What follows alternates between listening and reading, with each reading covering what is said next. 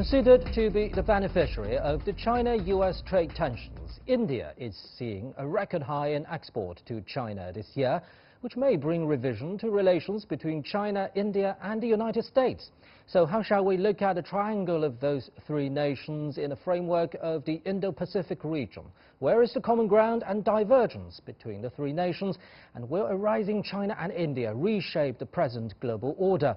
To discuss these issues and more, I'm happy to be joined in the studio by Professor John Gong from the University of International Business and Economics here in Beijing, and Mr. Atul Aneja, Associate Editor at The Hindu. We will also speak to Mr. Robert Kapp, the Director of the Economist Corporate Network in Hong Kong. That's our topic. This is Dialogue.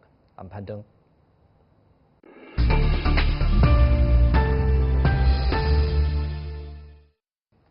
So, gentlemen, let's start with statistics from India's Ministry of Commerce. The country's trade deficit to China dramatically reduced in the first 3 quarters of the financial year. That means from April to December 2018, down to $40 billion from more than $70 billion in the previous financial year. That means a $30 billion hike in bilateral trade between China and India. Mr. Aneja, how much is this momentum related to the ongoing trade war between China and the U.S.?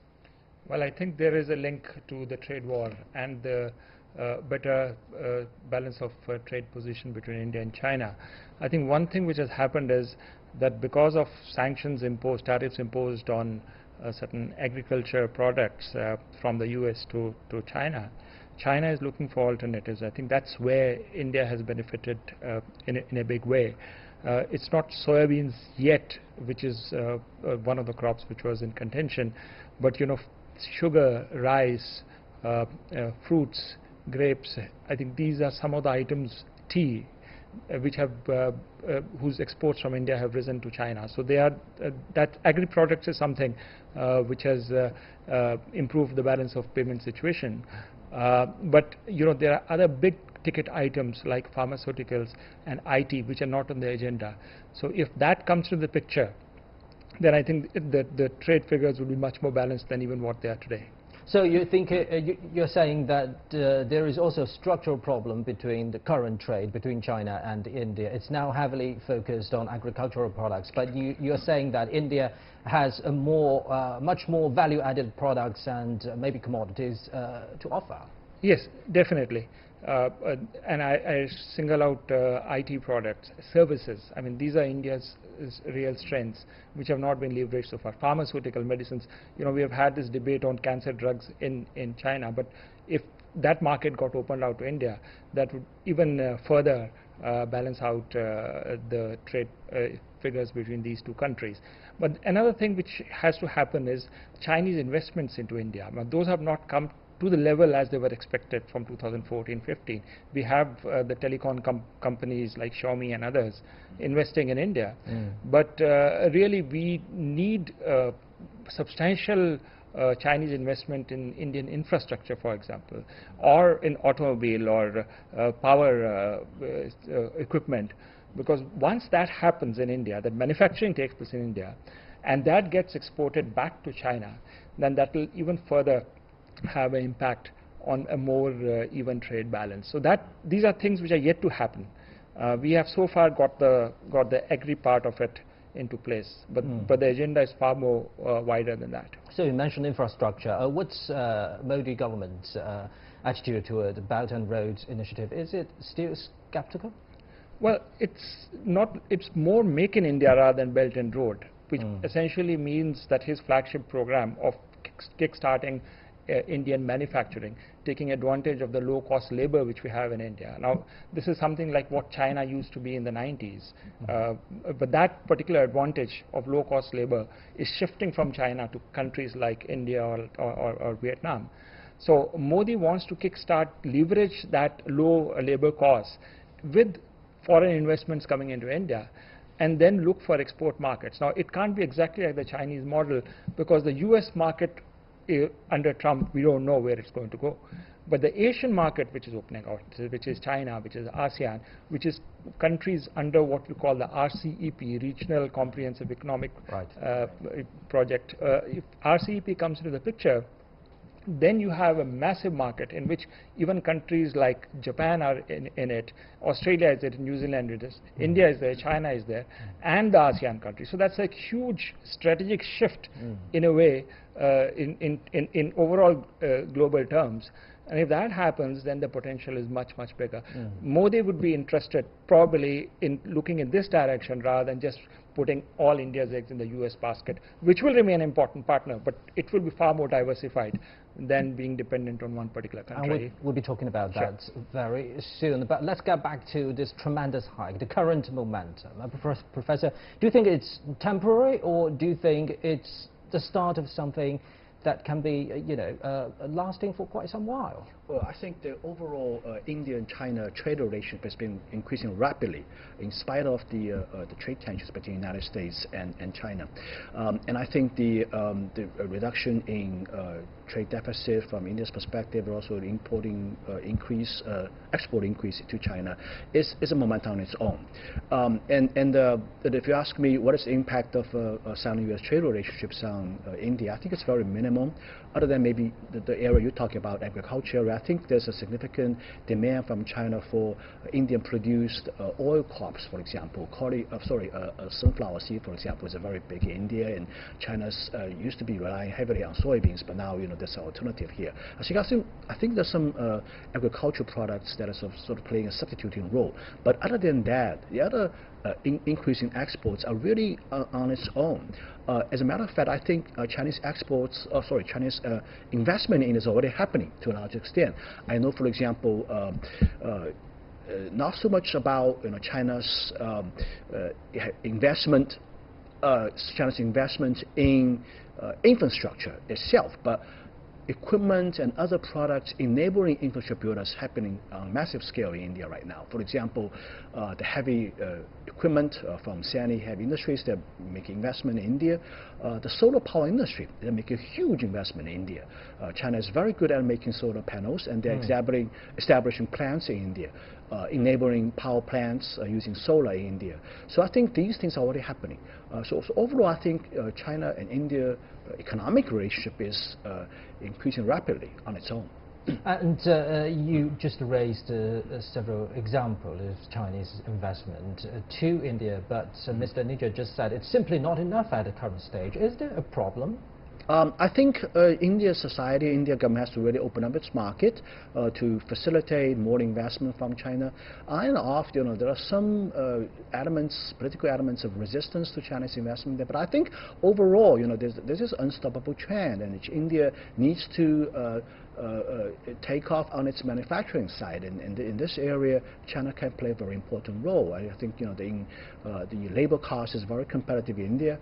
India labor force is very versatile and very highly qualified, and I think there's a great investment potential for Chinese capital over there.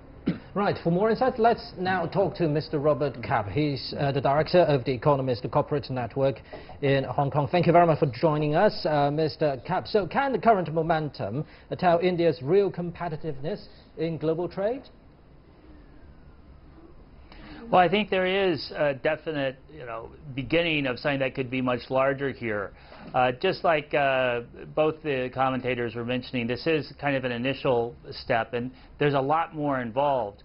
And we also have to be careful about reading too much into a single year's trend or what's happened over the months of this year and extrapolating it further.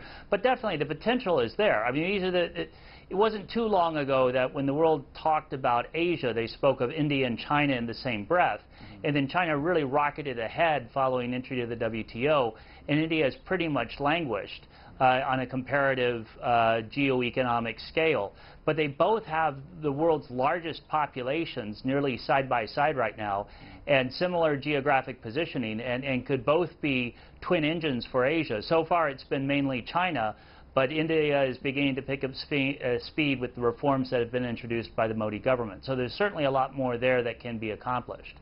But what do you make of the potential of bilateral trade between China and India? And talking about the structure of trade between these two countries, what are the main problems right now? So I think it's just like was being alluded to at the very beginning, both with your questions and the comments. You have a lot of agricultural inputs, and that can be seen in some ways as a substitute for the cutoff of agricultural sourcing from the United States. It can also be a reflection of the fact that India does need to do with Make in India, because it hasn't traditionally been much of a manufacturing base. That's different from the East Asian economic model. South Asia hasn't generally pursued industrialization. India is very strong in services. It has huge market potential. It's been doing a lot with high tech. So those are some complementary areas. But over time, it itself is going to have to do a lot more to its economy in order to both supply to China and then compete globally beyond what it already has. So it needs to do more in terms of industrialization. Now let's talk about the role of the United States. For many observers around the world, the Trump administration is being hawkish on India on trade while trying to make it a partner in the geopolitical strategy called Indo-Pacific strategy. Do you think that is actually the case? Well, this is something that's very interesting about this U.S. administration. It doesn't have a very consistent foreign policy when it comes to military and strategic alliances on the one side, and then in terms of economic relations. So it's not only India, it's also South Korea, Japan, arguably even more important strategically to the United States. So it will, on the one hand, approach them geostrategically and say, let's do things in terms of military and having a bulwark against what is perceived as Chinese aggression. On the other hand, hit them with areas of economics saying you're trading unfairly, I want you to change. So regardless of the merits of either, what they haven't really done is coordinated, and that's definitely the case with India as well. The whole notion of an Indo-Pacific region puts the emphasis on Indo instead of what used to just be called East Asia or Asia, where the assumption was more towards China and that part of North Asia. China, Japan, South Korea was the focus. So the Trump administration has definitely tried to put more emphasis on India's participation in this overall Asia sphere. But just as you said, it has a huge contradiction in both trying to embrace it strategically but also pushing it economically. Earlier, Mr. Aneja in the studio just mentioned the shaping up of RCEP. Do you think the Trump administration's protectionism and hostile attitude on trade towards many of its allies are actually pushing many countries under the banner of the current multilateral trading system or regional trading system?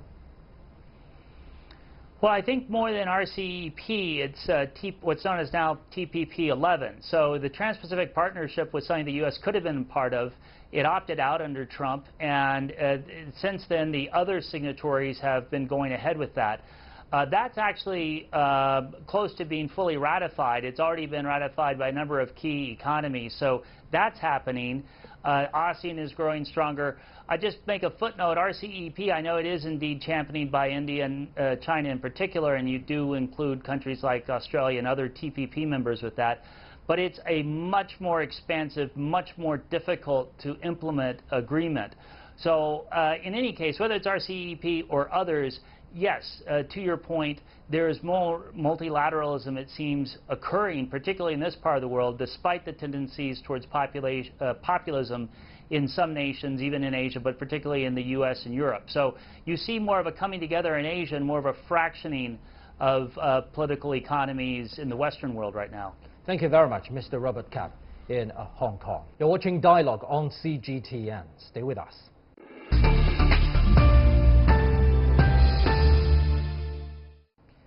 So, gentlemen, let's pick up where we left in the earlier discussion. Mr. Aneja, do you think India will eventually choose sides between the United States and China, both on trade and many other aspects in global politics? I don't think that would be a preferred option for India. I mean, it would like to engage both, and there are areas of complementarity with the United States, and there are areas of complementarity with China. And I think what the Indian foreign policy doctrine is really what they call strategic autonomy, which means you engage wherever your national interests are promoted. So it's not a zero-sum game. So I think the attempt will be to balance. Now the question arises, if the international situation deteriorates in a manner that there are no options but to take a side. Now that's a hypothetical I can't really visualize at this point in time. But one thing I must say is that Mr. Modi himself has talked about the aspiration for an Asian century. So, you know, because of geocultural reasons, we are naturally more inclined towards Asia. But, you know, the hard realities of geopolitics and geoeconomics have their own logic as well. Idea, I think, would be to balance between the two as far as possible.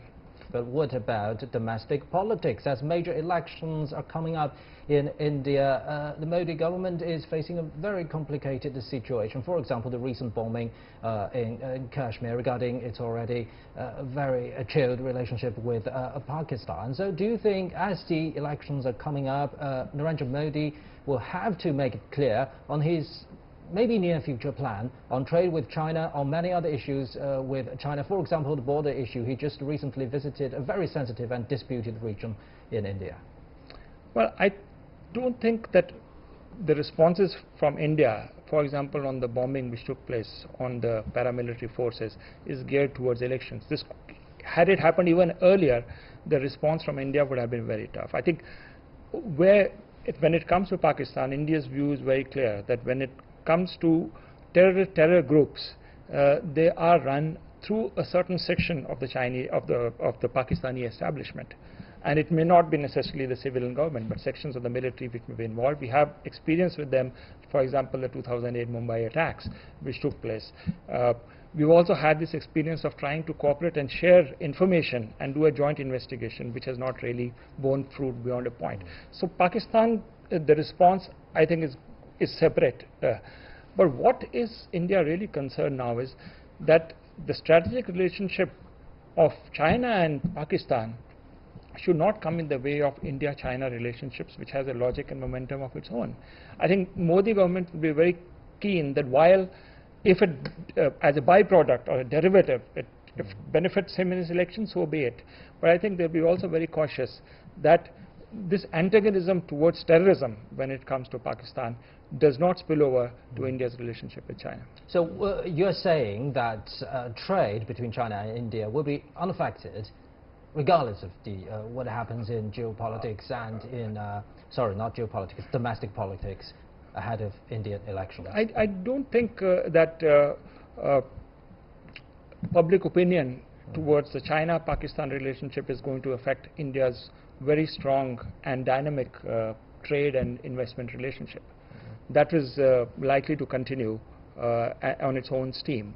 So they are sort of compartmentalized. Despite all the pressure that is coming in, given the overall geopolitical situation, you know, the global changes which are taking place, and India trying to promote its own interests, it's definite that the relationship with China, as it is with Japan or with the United States, they have to be kept on their own keel and not to be disturbed. Because if you do that, then you destabilize the equilibrium within India, and that is not something which the Modi government or any other administration would like to do. Right. So, do you agree, Professor Gun, how much geopolitics is involved in trade relations in this particular part of the world? Well, I think overall the Sino-India trade relationship has stood the test of time, even in difficult times. For example, I think during the Doklam standoff time, the trade relationship hasn't really been affected to a great extent. I know some companies operating very successfully in India, and they told me that they haven't really been affected. So I think the trade relationship, it has fundamentals behind it, and it's growing on its own momentum. And of course, the geopolitical play. I think overall, China-India has been able to maintain a stable relationship, even during very difficult times. During the Doklam incident, China has been very restrained, in terms of even answering to some very,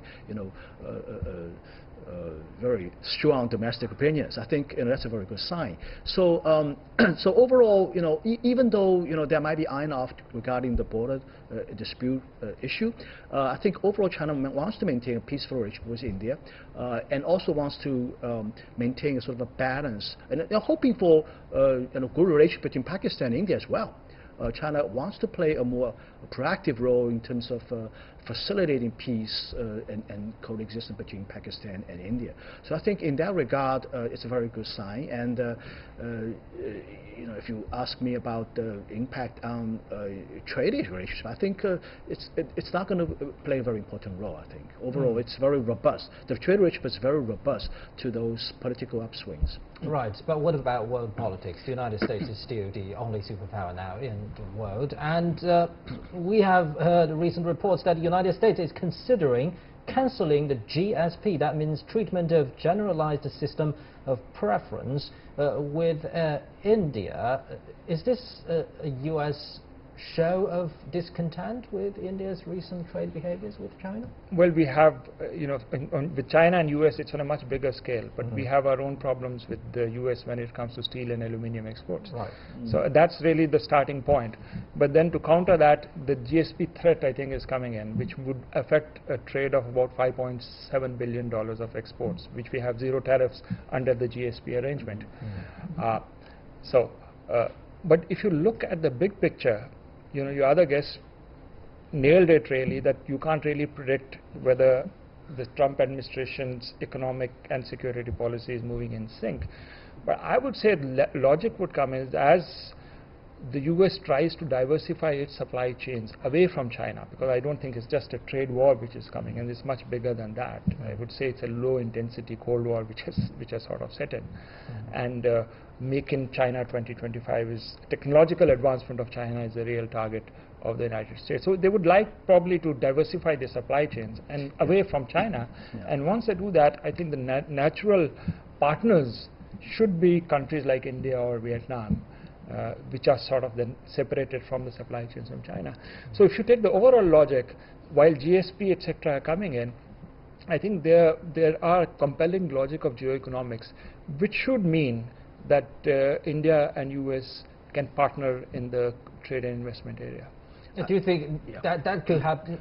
That could happen, but what about India's oil imports from Venezuela? We know that the United States is now pushing very hard on the Maduro government, trying to overthrow it.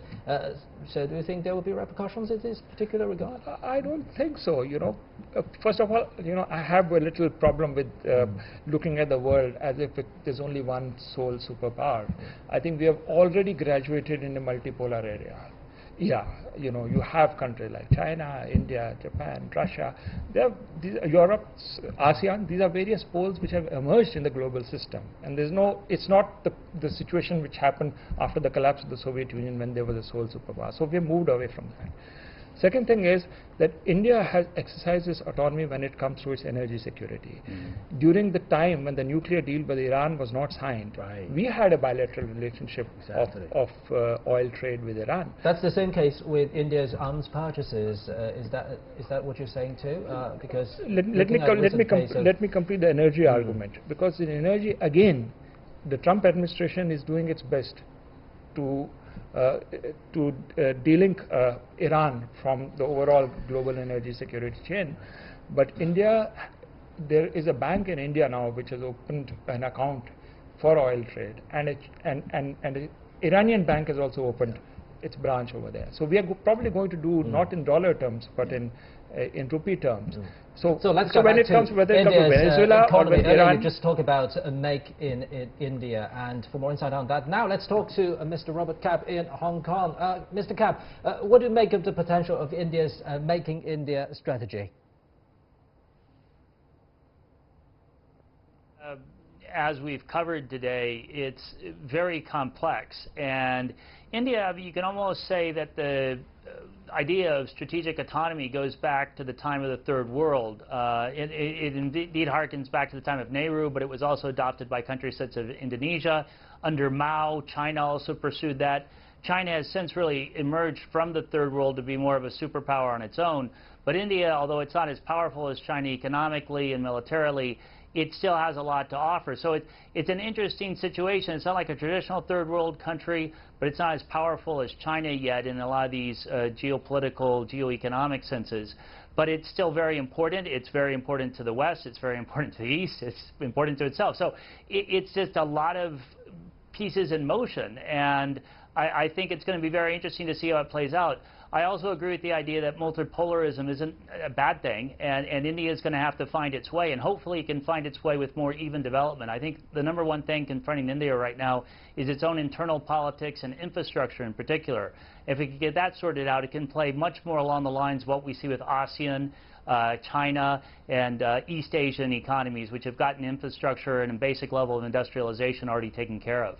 So having said that, do you think all that momentum you just mentioned will continue after elections in India? Certainly hope so. I mean, there's always a chance that the Modi government and the reforms they represent could be upturned.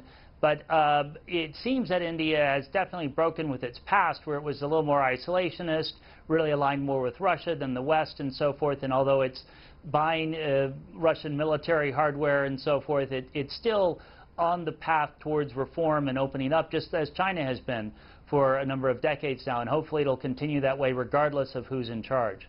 Thank you very much, Mr. Robert Kapp in Hong Kong. And Professor, what do you think the future of trade between China and India could be complementary? Because we know that China has vowed to continue its reform and opening up process, and we know that in November, just in November, China held its first ever international import-export, and this will be an annual event coming up this year too. Do you think that could offer more potential for bilateral trade? Well, yeah. I mean, the two economies, I think, overall, are still quite complementary towards each other. There's trade in various commodities, agricultural products, and I think more importantly, I think you alluded to, is very important, is the investment side. On the investment side, I think we're starting to see more and more American companies moving to India. Because of the trade relationship with the United States and China's trade relationship with the United States, as well as the much lower labor costs over there. There's this historical trend of manufacturing clustering moving out of China. I think it's already happening, and towards that direction, also Chinese companies also moving to India as well. So I think we're starting to see more and more investment in India and bringing these goods back into China after they've been manufactured. So I think this kind of a trade is also happening on a large scale. So I think overall the India and China trade relationship is booming, and I hope based on that basis, I think the international relations between the two countries can be on a more solid footing. And you're just saying that trade should be a two-way street rather than a one-way. What do you think is the biggest expectation from India, very quickly, on exports from China to India? Well, the biggest expectation is massive investment from China into India. I mean, that is something. And China has that surplus of capital, which is accumulated. In fact, as we see it, you talked about the Belt and Road, we see that as an expression of how to channel that extra capital into the Eurasian mainland. So the first expectation really is massive Chinese investment into India. From India's side, it can be the center of two supply chains, one coming from China and then into areas where China has its advantages in markets, and the US centered supply chain as well. So that would be the #1 expectation coming with. Along with that, a tweaking of certain foreign policy issues. We understand historically there are relationships which are there with other countries like Pakistan, but we would want little, I mean, this is my personal view, a greater balance in that would go a long way in winning public opinion support in India. I think that would in the end help us in both the trade and on the investment front. Thank you very much, gentlemen, for your input. And that's it for this edition of Dialogue on CGTN. I'm Pan Deng in Beijing. Bye-bye.